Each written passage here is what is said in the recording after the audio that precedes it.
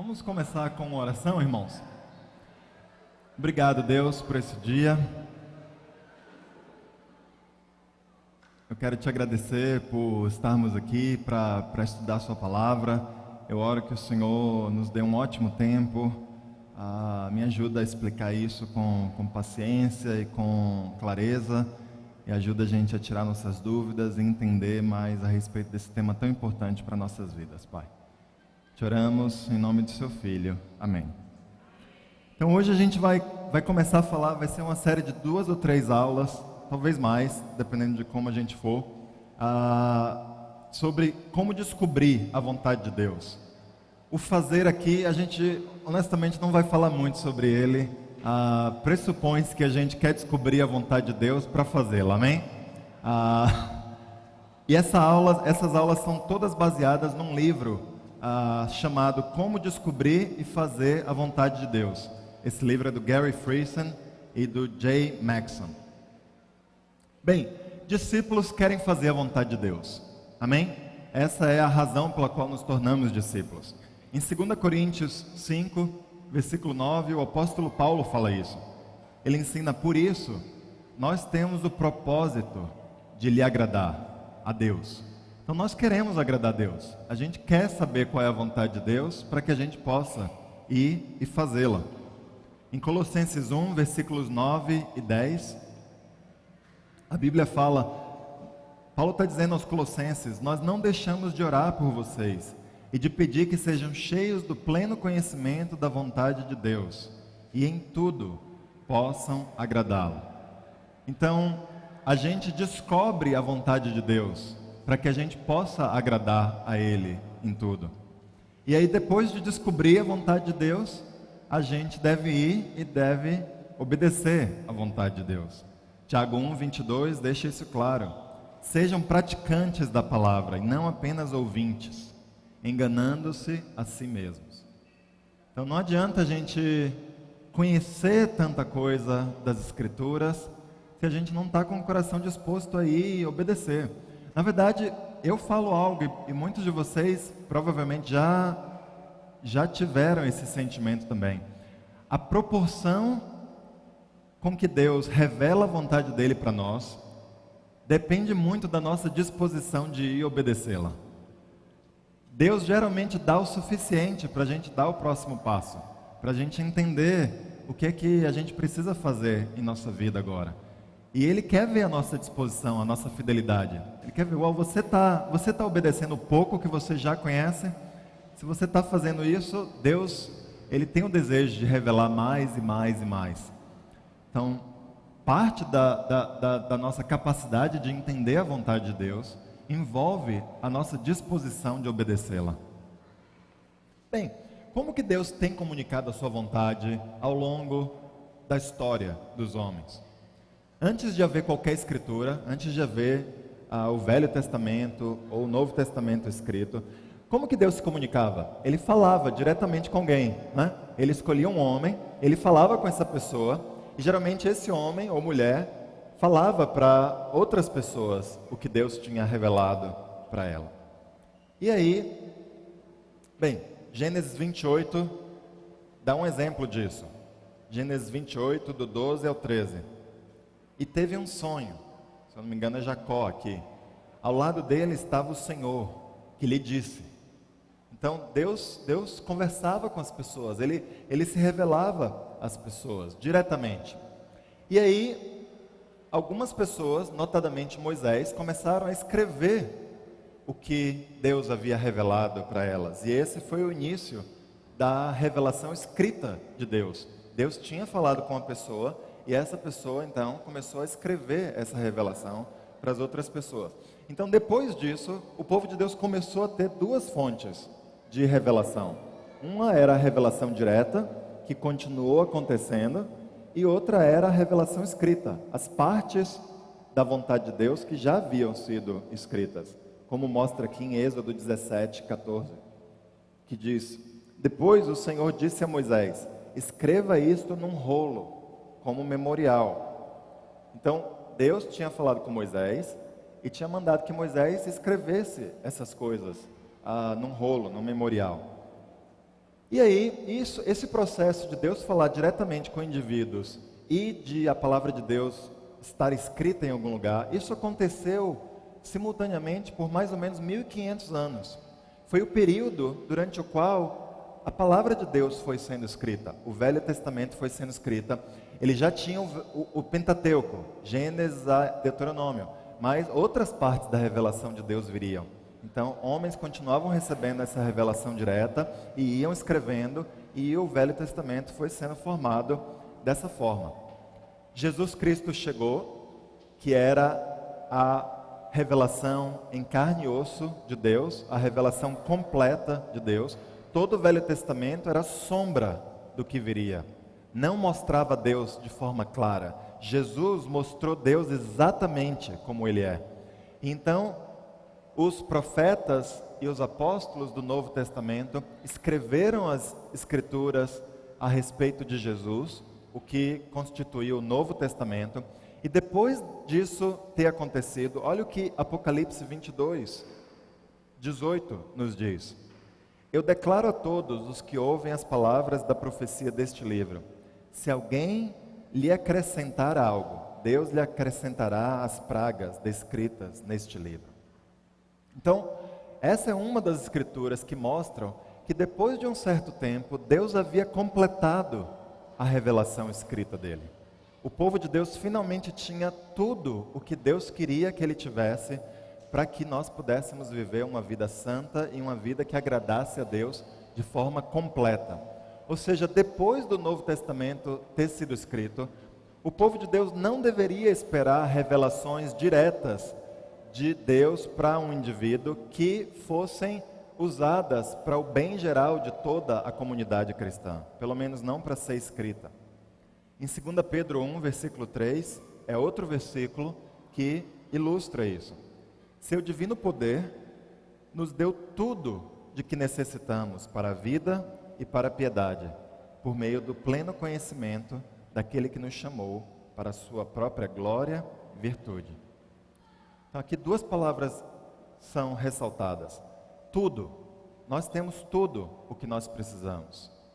E outra palavra é por meio do que nós temos tudo? Por meio do pleno conhecimento. Sabe, cristianismo envolve razão e emoção, mas a razão lidera esse processo. Cristianismo é baseado no conhecimento. Sem conhecimento não é possível viver a vida cristã de forma que agrade a Deus.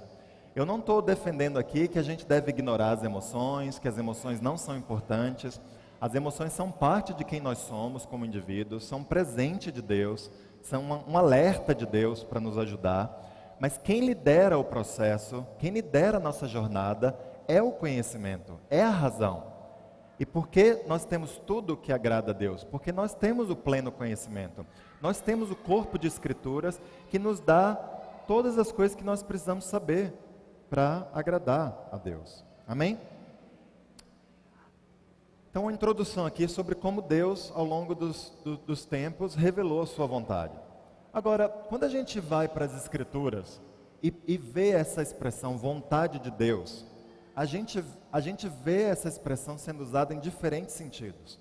O primeiro sentido que a gente vê é a vontade soberana de Deus.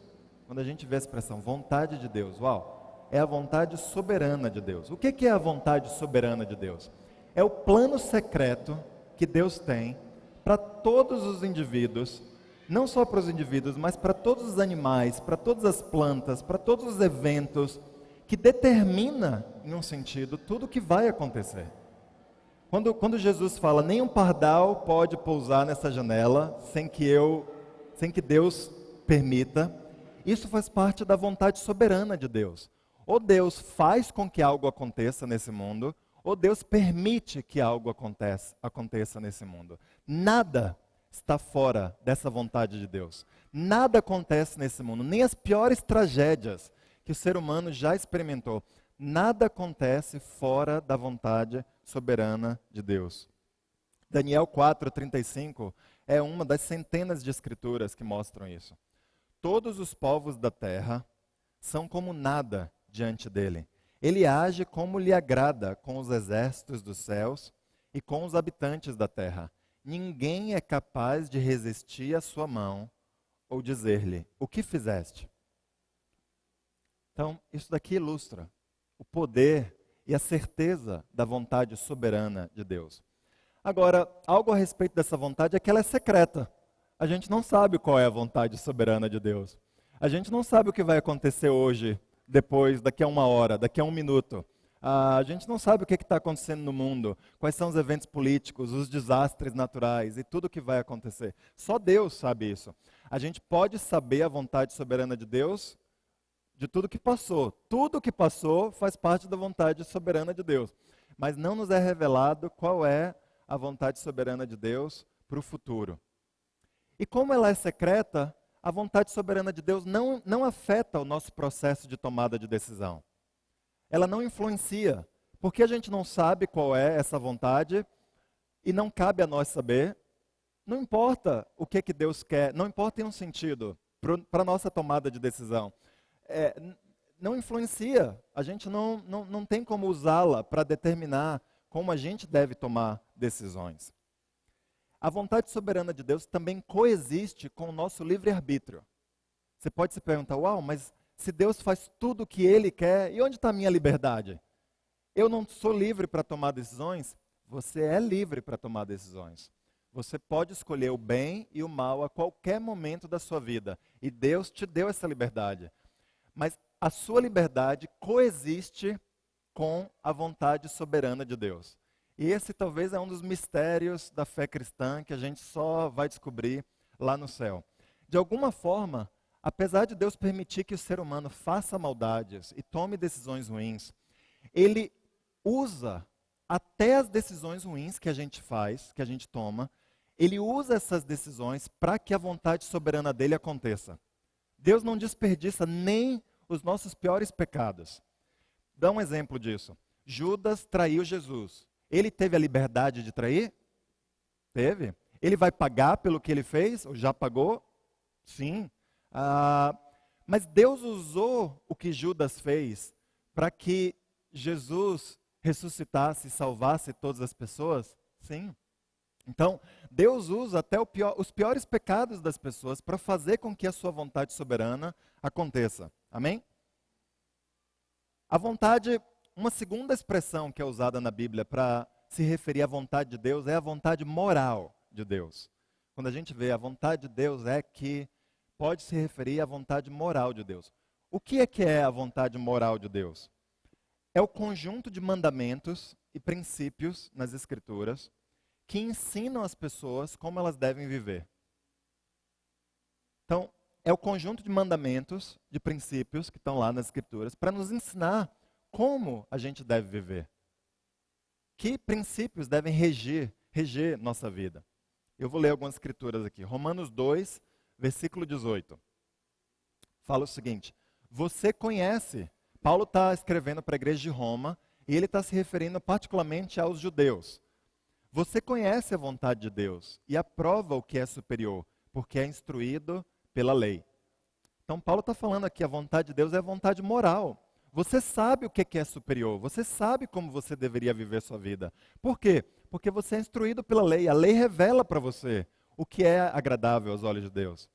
1 Tessalonicenses 4:3 fala que a vontade de Deus é que vocês sejam santificados. Abstenham-se da imoralidade sexual. Então, de novo, Paulo está dizendo aqui, olha, a vontade de Deus para vocês, eu revelo isso para vocês, para todos vocês, para todo mundo que quiser agradar a Deus, que vocês sejam santificados, que vocês se separem do mundo e que vocês se abstenham da imoralidade sexual. O mundo ignora isso. Eu posso ter sexo com quem eu quiser. O discípulo de Jesus não ignora isso. Sexo é algo reservado para um homem e para uma mulher dentro do contexto do casamento, e só. Então, essa é a maneira como Deus nos revela, que Ele quer que nós vivamos nossa vida. Agora, interessante aqui que algumas pessoas acreditam que existe uma terceira maneira de interpretar a vontade de Deus na Bíblia. Seria a vontade de Deus específica para cada indivíduo. Não é algo geral, não é a vontade moral, é a vontade de Deus para o Marcelo. É a vontade de Deus para mim, para Cris. E hoje o que a gente vai estudar na Bíblia, a gente vai começar, o que eu vou fazer aqui, eu vou apresentar para vocês o que os defensores dessa suposta vontade individual acreditam. Então, obviamente, eu já vou adiantar que eu não vejo essa vontade individual de Deus na Bíblia. Mas eu vou primeiro apresentar o que esses defensores acreditam que existe, e aí depois nós vamos estudar na Bíblia o porquê de essa vontade não existir nas Escrituras. Amém? Então, eu vou primeiro, só para vocês entenderem e não ficarem confusos. Quando a Bíblia fala sobre vontade de Deus, eu acredito que a Bíblia está se referindo à vontade soberana de Deus ou à vontade moral de Deus. Mas vários grupos religiosos, vários indivíduos acreditam que existe uma terceira expressão, que seria a vontade individual de Deus para um indivíduo só, específico para uma pessoa. E aí eu vou apresentar o que esses defensores acreditam, e aí depois nós vamos estudar na Bíblia o porquê de essa teoria não bater com as Escrituras. Amém? Então vamos lá. O diagrama que esses defensores usam para explicar a vontade moral é a seguinte. Imagina a vontade moral como sendo esse círculo. Certo? Então, a vontade moral está aqui. Ou então um caminho. Lembra quando Jesus falou, o caminho é estreito? Caminho, irmãos, matematicamente é uma coisa que tem uma reta aqui e tem uma reta aqui. Certo? Ou seja, são duas retas, ou não reta, mas alguma coisa curva, mas que delimitam um espaço, uma área. O caminho das Escrituras é estreito. Então, a gente não tem muito espaço para ficar, eu posso fazer o que eu quiser, e eu sou cristão, eu estou andando para lá e para cá. Ele é estreito, mas é um caminho. O que quer dizer que existem diferentes próximos passos que a gente pode dar e ficar dentro do caminho. O caminho não é uma reta. Se fosse uma reta, só teria um próximo ponto para você dar. Ou seja, de todas as próximas decisões que você for tomar na sua vida, só existe uma que é certa. Mas não é isso que a Bíblia ensina. A Bíblia ensina que existe um caminho onde eu posso dar um passo mais para a direita, você pode dar um passo mais para a esquerda. Ele pode dar 2 passos, talvez, e ficar bem próximo do divisor do caminho, mas ainda assim é dentro do caminho. Amém? Bem, o que os defensores dessa vontade individual ensinam é que dentro da vontade moral de Deus, existe um ponto que é a vontade individual de Deus. E que nós precisamos achar esse ponto. Qual é a vontade de Deus para você daqui a 1 hora? Você vai ficar no culto ou você vai embora? Você vai abrir sua Bíblia ou você vai fechá-la? Você vai ler as Escrituras aqui na tela ou você vai ler no seu computador, celular ou na sua Bíblia? Existiria uma vontade de Deus, a vontade certa de Deus, a mais adequada para você, a que realmente glorifica Ele para cada decisão que você toma. Quem é a pessoa que você deveria casar? Existe uma pessoa só. Você tem que encontrar essa pessoa. Qual é o emprego que você deveria buscar? É o emprego onde Deus vai usar você. Qual é a pessoa com quem você deveria trombar na rua e convidar para vir conhecer a Deus? Tem a pessoa que Deus separou para que você conheça, para que você compartilhe a sua fé com ela. Obviamente, a suposta vontade individual de Deus está dentro da vontade moral de Deus. Então, nunca Deus nos chamaria especificamente a fazer algo que esteja fora da vontade moral dele. Independente do que Deus chame você especificamente para fazer, nunca Ele vai chamar você para fazer algo que a Bíblia já diz que não é a vontade dele. Amém? Vamos comparar aqui a vontade individual com a vontade soberana de Deus, para a gente entender as características do que a gente está falando. Então, do lado esquerdo aqui, a gente tem a suposta vontade individual de Deus. E eu sei que isso daqui está praticamente impossível de ler. Se você quer essas escrituras e essas tabelas, tal, coloque seu e-mail ou seu celular num pedaço de papel e bota aqui numa cadeira depois que eu posso enviar para você esse documento, tá bom? Então, a suposta individual de Deus está aqui do lado esquerdo e a vontade soberana de Deus está aqui do lado direito. Então, na suposta vontade individual de Deus, é um plano de Deus detalhado para as decisões do discípulo. Já a vontade soberana de Deus é um plano de Deus detalhado para todos os eventos no universo. 2. A suposta vontade individual de Deus é possível. O discípulo pode encontrá-la e conhecê-la. Já a vontade soberana de Deus, não é possível que o discípulo encontre ou conheça a vontade soberana de Deus. A vontade individual de Deus é um dever dos discípulos encontrá-la. Porque se Deus tem uma vontade individual para você, é melhor você saber qual é. Porque se você não souber, você não vai obedecê-la e você não vai agradar a Deus. Já a vontade soberana de Deus, não se espera que os discípulos conheçam, tampouco obedeçam à vontade soberana dele. Na suposta vontade individual de Deus, nós podemos falhar em conhecê-la e obedecê-la. Já na vontade soberana de Deus, os discípulos não podem falhar em obedecê-la ou encontrá-la, porque ela sempre acontece. Não tem nada que você possa fazer para que a vontade de Deus soberana não aconteça. Que a gente leu lá em Daniel, vai acontecer, ponto final, independente do que um faça ou deixe de fazer. A suposta vontade individual de Deus só inclui aquilo que é bom ou ideal na vida de uma pessoa. Já na vontade soberana de Deus, estão inclusas coisas ruins e coisas boas. Como a gente vê, né? O mundo, tem muita coisa ruim acontecendo no mundo. Faz parte da vontade soberana de Deus? Sim. Deus permite. Às vezes, pode ser que Deus até envie dificuldades ou desastres no mundo, porque Ele tem um propósito maior em mente.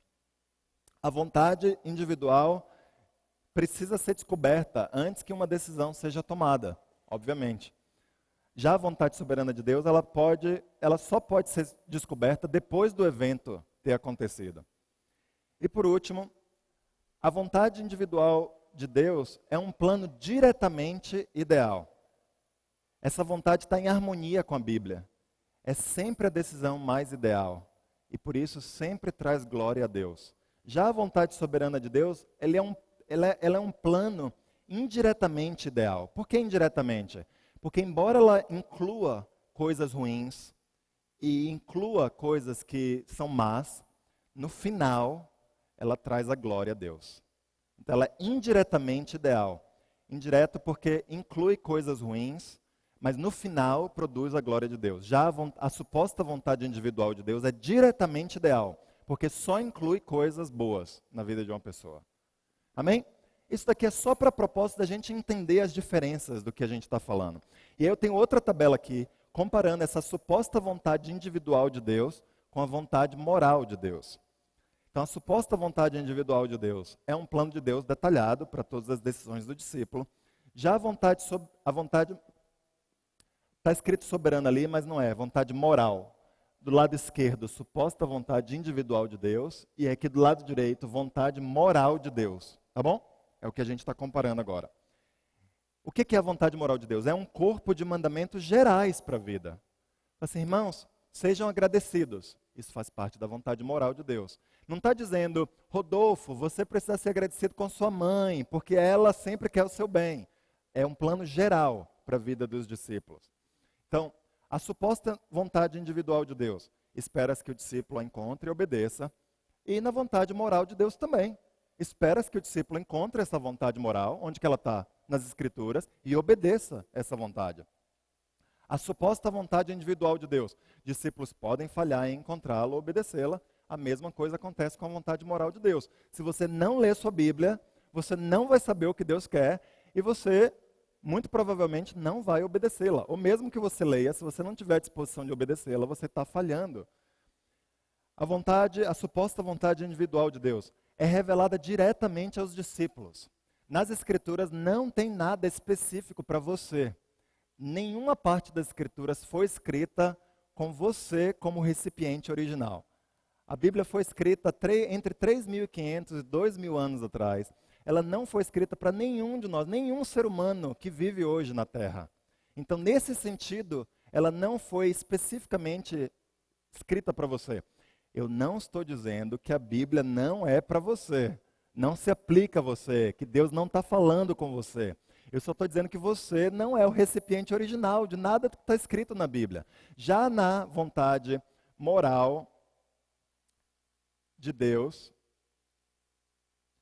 para quem que ela foi revelada? Foi revelada para os apóstolos, foi revelada para os profetas, que escreveram essa vontade de Deus nas Escrituras, então chegou até nós dessa forma. A suposta vontade individual de Deus, ela é revelada por meio do Espírito Santo, por meio de impressões, sentimentos e outras maneiras, que a gente vai estudar mais adiante. Já a vontade moral de Deus foi revelada por meio do Espírito Santo, por meio de revelação sobrenatural. Como que os apóstolos e os profetas ouviram Deus? Sobrenaturalmente, por meio de sonhos, visões, de uma voz audível, e eles escreveram essa vontade. A suposta vontade de Deus trazem direções específicas para um discípulo específico. Case-se com Maria no ano que vem, no mês de junho. Já a vontade moral de Deus traz direções gerais para todos os discípulos. Você só pode casar com um discípulo. Isso é uma direção geral. E não traz a direção com quem eu vou casar, quando eu devo casar. Você precisa descobrir essas coisas e a gente vai estudar adiante como fazer. Tá bom? Tá claro a diferença entre esses três tipos de vontade? Eu quero ressaltar que eu acredito, do meu estudo bíblico, que a Bíblia só trata da vontade soberana de Deus e da vontade moral de Deus. Que a vontade individual de Deus não existe nas Escrituras. Bem, o que a Bíblia ensina sobre essa suposta vontade individual de Deus? Isso de acordo com os defensores da vontade individual de Deus. Bem, as Escrituras que ensinam que, por exemplo, Deus tem um plano para você, como Jeremias 29:11, nossa favorita. Deus está dizendo, porque sou eu que conheço os planos que eu tenho para vocês, diz o Senhor. Planos de fazê-los prosperar e não de lhes causar dano. Planos de dar-lhes esperança e um futuro. Está aqui, Jorge. Deus tem um plano para nós. Deus tem um plano para nossas vidas. Nós vamos estudar isso adiante. A gente também vê nas Escrituras exemplos, muitos exemplos de pessoas guiadas por Deus mediante direções bem específicas. Paulo, por exemplo, em Atos 13, versículos 1 e 2. Na igreja de Antioquia havia profetas e mestres, Barnabé, Simeão, chamado Níger, Lúcio de Cirene, Manaém, que fora criado com Herodes, o tetrarca e Saulo. Enquanto adoravam o Senhor e jejuavam, disse o Espírito Santo, separem-me Barnabé e Saulo para a obra que os tenho chamado. Foi uma ordem bem específica que Deus, o Espírito, deu para aqueles discípulos. Separem Paulo, separem Barnabé para eles irem. Então a gente vê muitos exemplos assim, especialmente no livro de Atos e em outros lugares. Bem, Filipe, em Atos 8:26, um anjo do Senhor disse a Filipe, vá para o sul, bem específico, vá para o sul, nessa estrada daqui. Pedro, lá em Atos 10, versículo 20. Portanto, levante-se e desça, Pedro. Não hesite em ir com eles, com esses homens que estão batendo na sua porta agora, pois eu os enviei. Então os defensores da suposta vontade individual de Deus citam essas escrituras e falam, olha, está claro que Deus comunica a vontade dele individual para indivíduos, para ajudar as pessoas a fazerem alguma tarefa que Deus quer que eles façam em determinado momento de suas vidas. Os defensores dessa suposta vontade individual também citam várias escrituras que supostamente ensinam essa vontade individual. Como, por exemplo, Colossenses 1, versículo 9. Por essa razão, desde o dia em que o ouvimos, nós não deixamos de orar por vocês e de pedir que sejam cheios do pleno conhecimento da vontade de Deus, com toda a sabedoria e entendimento espiritual. Então, as pessoas pegam essa escritura e estão falando, olha, tá vendo? Paulo está orando para que os colossenses tivessem pleno conhecimento da vontade de Deus para a vida deles. Em Romanos 12, versículo 2. Não se amoldem ao padrão deste mundo, mas transformem-se pela renovação da sua mente, para que sejam capazes de experimentar e comprovar a boa, agradável e perfeita vontade de Deus. Outra escritura, olha, é possível que a gente experimente, que a gente comprove a vontade de Deus. Salmo 32, versículo 8. Deus está dizendo nesse salmo: eu o instruirei e o ensinarei no caminho que você deve seguir. Eu o aconselharei e cuidarei de você. Os defensores dizem: está vendo? É uma promessa de que Deus vai nos guiar, de que Deus vai nos ensinar o caminho que a gente deve seguir. Bem, como que ele revela a sua vontade? De acordo com os defensores da suposta vontade individual de Deus, como que Deus revela a vontade dele individual para as pessoas? Bem, Deus segue os seguintes parâmetros, de acordo com esses defensores. Primeiro, Deus revela a sua vontade pouco a pouco. Ele não dá o plano completo da nossa vida. Ele fala: agora você tem que fazer isso. E a gente precisa ter fé para dar esse passo e depois ouvir o que Deus vai falar conosco depois. Também, Deus não revela a sua vontade apenas a líderes, mas a todos os discípulos. Ou seja, você não precisa estar numa posição de liderança para que Deus revele a sua vontade individual para você. 3. Você não precisa ser maduro para discernir qual é a vontade de Deus individual para a sua vida. Basta você ter um coração aberto, basta você ser sincero. Ou seja, Deus, ele não vai fazer diferença entre discípulos que já têm muitos anos na fé, maturidade, e discípulos que são novos. Ele vai revelar a vontade individual dele para qualquer pessoa. 4. Deus geralmente não aparece numa visão no céu para te revelar a vontade dele. Ele geralmente não usa um meio sobrenatural para revelar a vontade individual dele para você. Mas ele geralmente fala a vontade dele para você com um murmúrio suave, uma impressão, um sentimento que ele vai colocar no seu coração, que vai mostrar para você o que Deus quer de você. Como 1 Reis 19, versículo 12, que diz assim: depois do terremoto houve um fogo, mas o Senhor não estava nele. E depois do fogo houve o murmúrio de uma brisa suave. Essa escritura aqui trata-se de Elias. Então é como isso. Deus falou com um murmúrio, uma voz bem levinha, um sentimento, algo suave que ele fala conosco. E, por fim, Deus ele está preocupado em te revelar a vontade dele em todas as suas decisões. Ele não está preocupado só em revelar a sua vontade para você nas decisões grandes da vida. Ele realmente quer que você saiba tudo o que ele quer que você faça na sua vida. Isso daqui é um compêndio, é um resumo do que os defensores dessa suposta vontade individual ensinam sobre como Deus revela a vontade dele. Agora, quais instrumentos que ele usa para revelar a vontade dele, de acordo com esses defensores? A palavra de Deus é a principal. Circunstâncias. Então, já que as circunstâncias são controladas por Deus, né? Não é isso que a vontade soberana ensina? Que nenhuma circunstância está fora do domínio de Deus. Então, já que Deus controla todas as coisas, então ele pode controlar as circunstâncias para guiar eu e você individualmente em cada decisão que a gente precisa tomar. Que tipo de circunstâncias? Portas abertas e portas fechadas. Oportunidades que surgem e oportunidades que desaparecem. Embora, de acordo com esses defensores, portas fechadas podem significar que você deve simplesmente esperar e não que Deus está dizendo não para você. Sinais providenciais são outro exemplo de circunstâncias. Sinais predeterminados, do tipo assim: Deus, se você quiser que a gente se mude dessa casa, então faça com que alguém faça uma oferta para mim antes de eu colocar o anúncio da casa. E aí, se alguém fizer o anúncio para mim, isso quer dizer que Deus quer que eu venda a casa. Se ninguém fizer o anúncio para mim, então isso quer dizer que Deus não quer que eu venda a casa.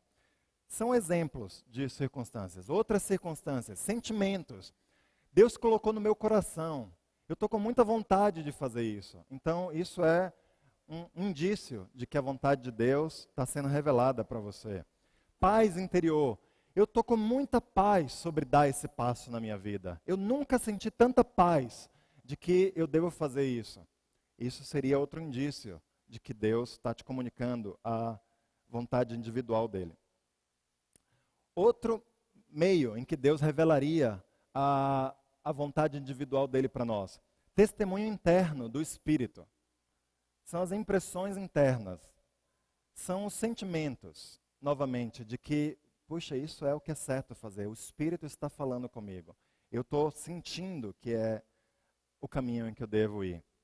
Conselhos são outro mecanismo. As pessoas te dão conselhos e você ouve, você considera, e isso pode comunicar a vontade de Deus. Desejos pessoais. Embora aqui os defensores ensinem que a gente deve evitar os dois extremos. Um extremo seria achar que nossos desejos são sempre ruins. Então é quase que o inverso. Nossa, eu quero muito ficar aqui em São Paulo. Então com certeza a vontade de Deus é que eu vá embora de São Paulo. Porque meu coração só deseja coisas ruins. Então se eu desejo isso, é porque eu tenho que fazer o contrário disso. Então você deve evitar esse extremo. O outro extremo que você deve evitar é o de achar que seus desejos pessoais coincidem com a vontade de Deus. Nossa, eu quero muito ficar aqui em São Paulo, então com certeza Deus também quer, porque eu quero. Então a gente está aqui em perfeita sintonia. Outro mecanismo que Deus usaria para guiar o discípulo nas decisões individuais, as direções sobrenaturais. Deus já direcionou outras pessoas por meio de voz audível, por meio de visões, por meio de milagres. Por que Ele não pode fazer isso comigo e com você também? Na verdade, de acordo com esses defensores, isso acontece. Profecias e coisas parecidas. E por fim, um senso comum. Puxa, algumas decisões são tão tolas que isso não pode vir de Deus. Ou, puxa, isso bate com o senso comum, a sabedoria comum que a gente tem. Faz sentido que isso seja a vontade de Deus. Embora você deva levar em mente, de acordo com os defensores, que alguns mandamentos que Deus dá ou já deu a indivíduos são tão tolos que desafiam o senso comum da humanidade. Quando, por exemplo, Noé foi chamado a construir uma arca no meio de um deserto. Aquilo desafiou o senso comum, mas foi a vontade de Deus. Então, Deus usa o senso comum, mas você precisa sempre lembrar que nem sempre faz sentido. E por fim, como que você pode ter certeza que a vontade individual de Deus foi revelada para você? E sem sombra de dúvida, é o que Deus quer que você faça. Bem, quando vários desses sinais concordam entre si.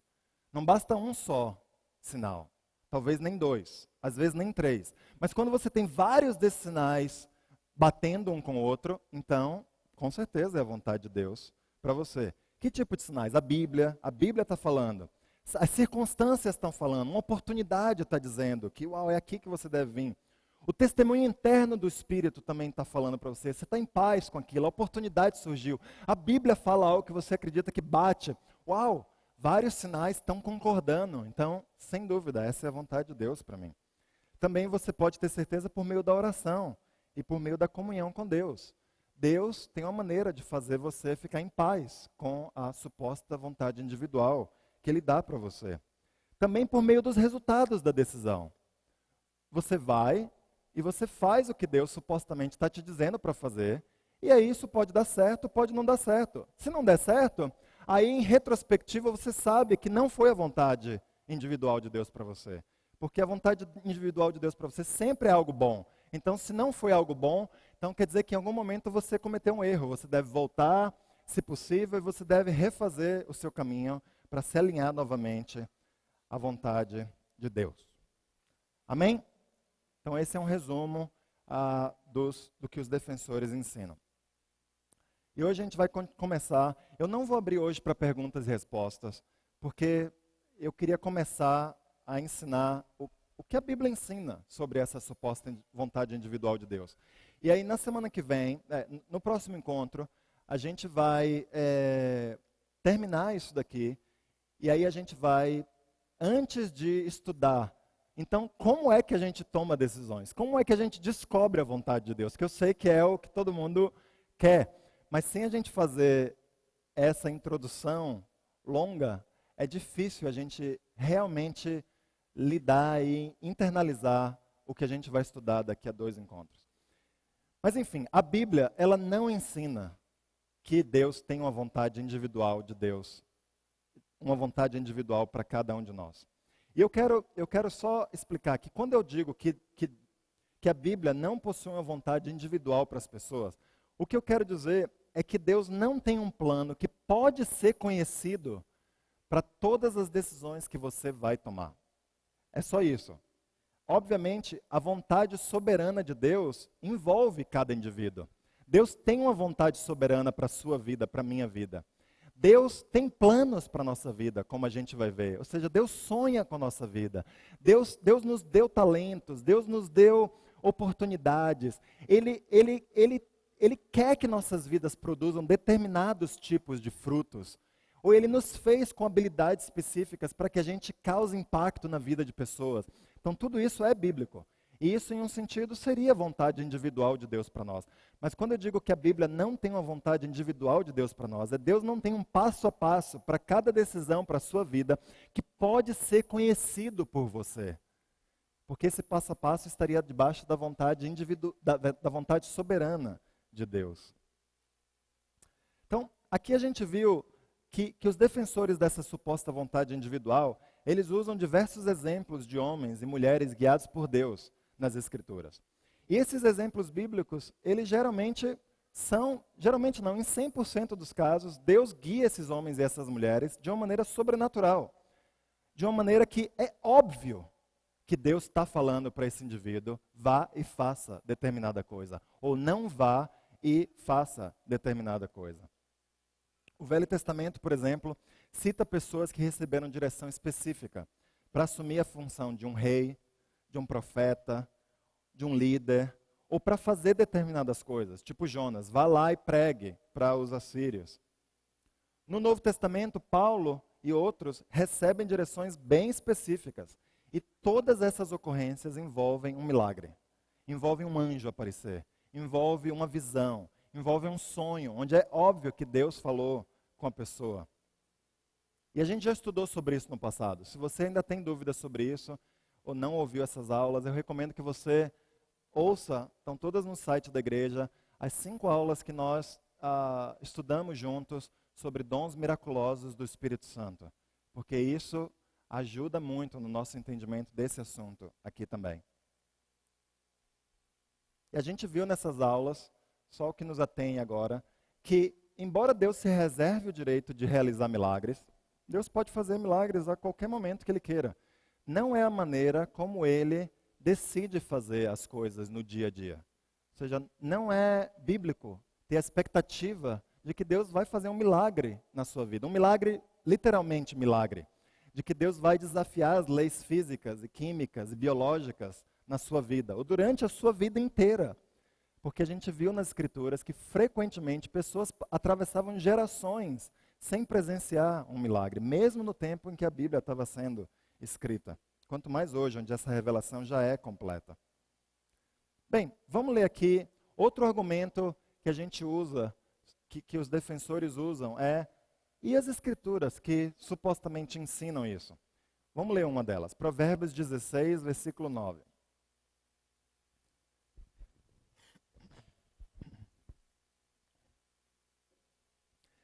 Em seu coração, o homem planeja o seu caminho, mas o Senhor determina seus passos. Uau, isso daqui não quer dizer que Deus me mostra o passo a passo de como eu devo viver minha vida? Bem, essa passagem aqui, na verdade, não ensina a vontade individual de Deus, ela ensina a vontade soberana de Deus. O que ela está dizendo é que apesar de Deus nos dar a liberdade de fazer planos para nossas vidas, apesar de nós termos a liberdade de escolher o próximo passo que a gente dá, nenhum desses passos que a gente, em nossa liberdade, der, vai fugir da vontade soberana de Deus. Ou seja, não vai surpreender a Deus nada do que você fizer na sua vida. Você não tem a capacidade de fazer Deus falhar nos planos que Ele tem para a humanidade, ou em cada plano que Ele tem para esse mundo. Então, essa passagem não ensina a vontade individual de Deus. É justamente o contrário, ensina a vontade soberana de Deus. Isaías 58, versículo 11, outra escritura. O Senhor o guiará constantemente, satisfará os seus desejos numa terra ressequida pelo sol, e assim vai. Bem, essa passagem não ensina necessariamente a vontade individual de Deus. O que quer dizer com o Senhor o guiará constantemente? Deus está dizendo, eu vou guiar você constantemente. Ele não está dizendo quais são os mecanismos que ele vai usar para nos guiar constantemente. Como nós vamos ver daqui a 2 ou 3 encontros, na segunda ou na terceira aula, existe um caminho bíblico que é comprovadamente objetivo, que nos permite ser guiados por Deus constantemente, mas que não envolve Deus revelar diretamente para nós o próximo passo que a gente deve dar em nossa vida. Isaías 30, versículos 20 e 21. Embora o Senhor lhe dê o pão da adversidade e a água da aflição, o seu mestre não se esconderá mais. Com seus próprios olhos você o verá. Quer você se volte para a direita, quer para a esquerda, uma voz atrás de você lhe dirá, este é o caminho, siga-o. Então, os defensores da suposta vontade individual de Deus usam essa escritura e falam, tá vendo? Deus é como alguém que está ao nosso lado, bem atrás de nós, dizendo, o próximo passo é esse, faça isso agora. Não, agora case assim, vá para esse trabalho. Essa é a voz de Deus. O problema com isso é que o contexto dessa passagem claramente mostra que esse mestre, que a Escritura menciona, está se referindo a um dos líderes do povo. O povo estava em rebeldia contra a palavra de Deus, e Deus levantaria pessoas para anunciar para o povo e relembrar o povo do caminho que ele deveria seguir. E é essa voz que estava ressoando nos ouvidos da pessoa, a voz dos líderes espirituais, a voz do povo que Deus levantaria para guiar o povo de volta para o caminho certo. Essa não é a voz do Espírito Santo no contexto da Escritura. Romanos 12, versículo 2. Não se amoldem ao padrão deste mundo, mas transformem-se pela renovação da sua mente, para que sejam capazes de experimentar e comprovar a boa, agradável e perfeita vontade de Deus. Bem, qual vontade de Deus Paulo está se referindo aqui? Não pode ser a soberana. Porque a gente não pode comprovar a boa vontade soberana de Deus. É algo que nós desconhecemos. Então ela só pode ser a moral ou a supostamente individual. E aqui é o mesmo que nós já falamos. É possível, é uma promessa de que nós podemos comprovar a boa vontade de Deus. A pergunta relevante é como nós podemos comprovar a vontade de Deus. Por meio de uma voz que fala cada coisa que nós deveríamos fazer, ou por meio de outros mecanismos que nós vamos estudar. Jeremias 29, 11, por fim. Porque sou eu que conheço os planos que tenho para vocês, diz o Senhor, planos de fazê-los prosperar e não de lhes causar dano, planos de dar-lhes esperança e um futuro. Essa escritura, eu quis incluir ela porque eu não quero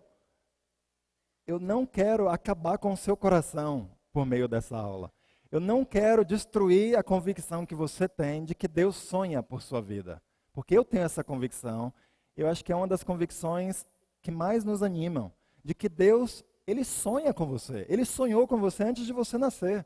Ele tem planos para você. Em que sentido Deus tem planos? Ele tem planos de coisas incríveis que Ele preparou para você fazer, de acordo com a vontade soberana dEle. Mas isso quer dizer que Deus vai te guiar passo a passo por meio desses planos? Não tem nada na Escritura que diz como Deus vai nos ajudar a chegar a esses planos, não é verdade?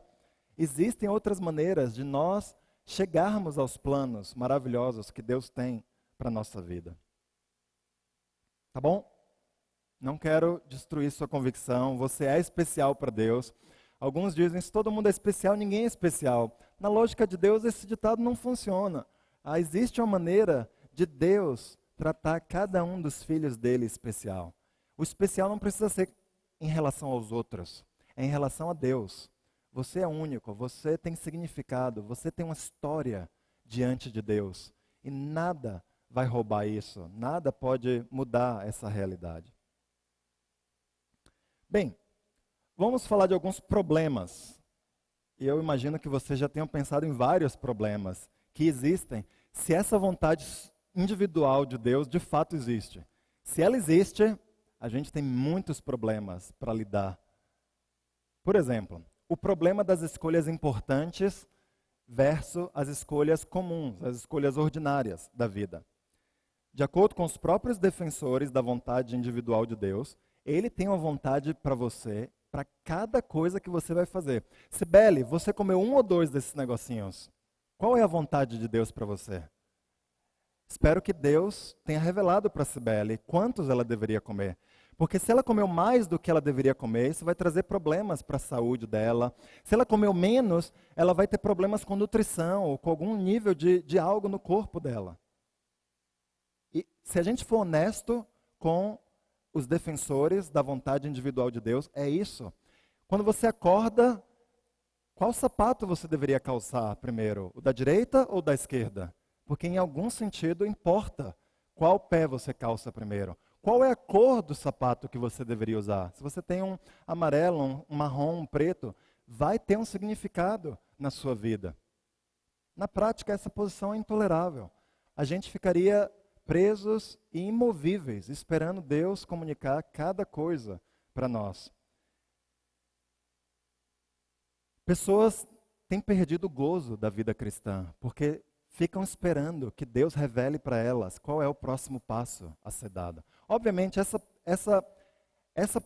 esse problema prático, ele é resolvido na prática pelas pessoas, mesmo pelas pessoas que acreditam na suposta vontade individual de Deus.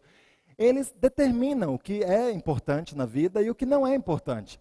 E eles vão tomando as decisões do dia a dia, independente de terem ou não essa comunicação de Deus, e eles reservam as decisões importantes ao crivo de Deus e esperam da parte de Deus a direção para essas decisões. E dessa forma eles são inconsistentes com o que a própria doutrina da vontade individual de Deus ensina.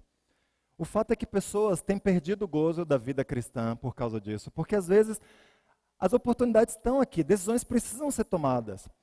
Você até toma uma decisão, mas fica a dúvida, será que Deus queria isso mesmo para mim? E isso tira a alegria da vida. Pessoas têm deixado de assumir responsabilidade por suas próprias decisões. Porque se Deus me guiou para tomar a decisão de ir para esse emprego, se esse emprego não der certo, então é muito forte o sentimento de que Deus errou comigo, e não de que eu errei ao discernir a vontade de Deus.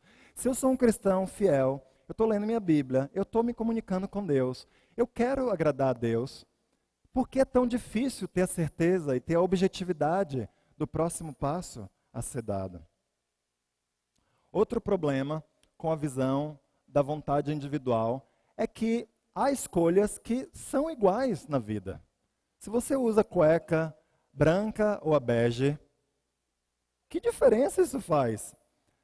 Há coisas que de fato não parecem ter qualquer significado na nossa vida. Há outras coisas que sim, mas muitas delas não. A visão tradicional diz que essa igualdade é só aparente. Existe um significado. Talvez você nunca conheça, mas faz diferença se a cor da sua cueca é amarela ou verde. Mas como a gente vai negar o suposto óbvio de que algumas coisas são iguais a outras no dia a dia? Outro problema, o problema da imaturidade.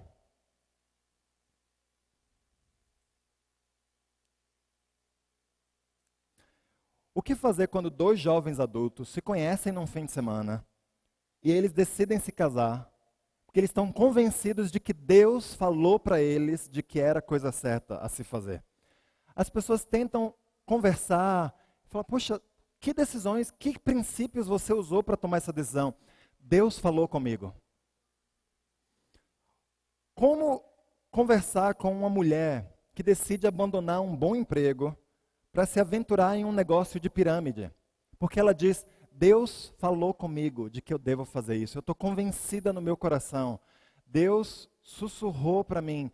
Deus me deu a certeza. Eu sinto paz sobre essa decisão, de que é o que eu devo fazer. Como você argumenta com uma pessoa assim? Se Deus falou, quem é você para dizer que não? Na verdade, se Deus disse para alguém e convenceu alguém de que é o próximo passo certo a ser tomado, nós, meros humanos, o que a gente pode fazer? Calar nossa boca e não fazer nada. Nenhuma dessas decisões que eu mencionei aqui é antibíblica, certo? A pessoa não está necessariamente fazendo algo contrário à Bíblia. Mas o fato é que cristãos mais sábios têm boas razões para ficarem apreensivos sobre essas duas decisões que esses cristãos estão tomando em sua vida. Mas se o argumento das pessoas é, Deus falou comigo? Então, tá bom, Deus falou com você. O que a visão tradicional ensina, em última instância, é exatamente isso. Deus nos guia em todas as decisões da nossa vida. Deus tem uma próxima escolha para você. E qualquer cristão sincero pode obter essa direção. Então, fica pouco espaço para a sabedoria e para o aconselhamento.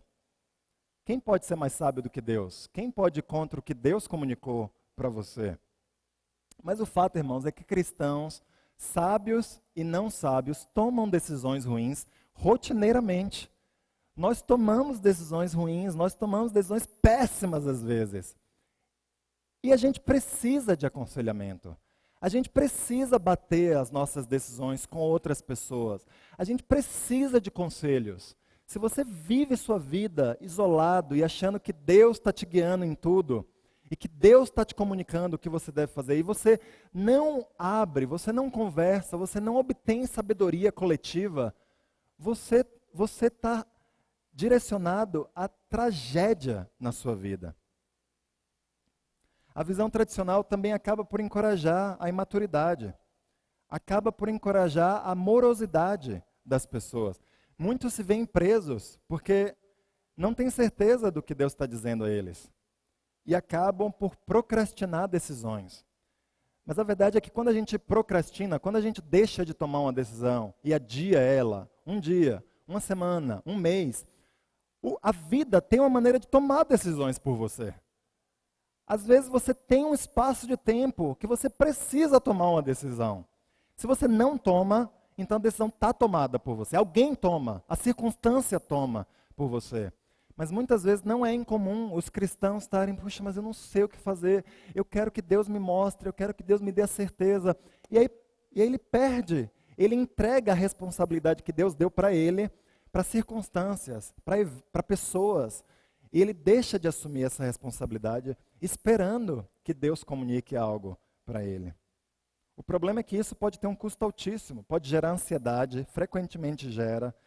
E por fim, a visão tradicional acaba encorajando as pessoas, muitas pessoas, a não assumirem responsabilidade por suas próprias vidas. Porque Deus tem uma vontade para mim.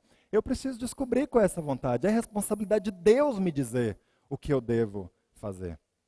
E como a gente vai ver, a vontade moral de Deus, ela é suficiente para nós tomarmos todas as decisões da nossa vida e vivermos em paz, alegres e assumindo responsabilidade pelos nossos erros e pelos nossos acertos. E por isso a gente precisa buscar a sabedoria de Deus e arcar com as consequências, sejam elas boas, sejam elas ruins das nossas decisões. Afinal de contas, são nossas decisões. Deus se recusa a fazer por nós o que Ele mandou a gente fazer por nós mesmos. Deus está no negócio de fazer por nós o que nós não podemos fazer por nós mesmos. Mas Ele não vai dar passos por mim, por você, que nós somos perfeitamente capazes de dar, porque Ele nos capacitou para dar esses passos. Amém? Então nós vamos parar aqui. Daqui a 2 semanas nós vamos falar sobre dois últimos problemas com a visão tradicional. E já no próximo encontro, a gente vai começar então a falar como então descobrir de uma forma bíblica e fazer a vontade de Deus. Amém? Obrigado, irmãos.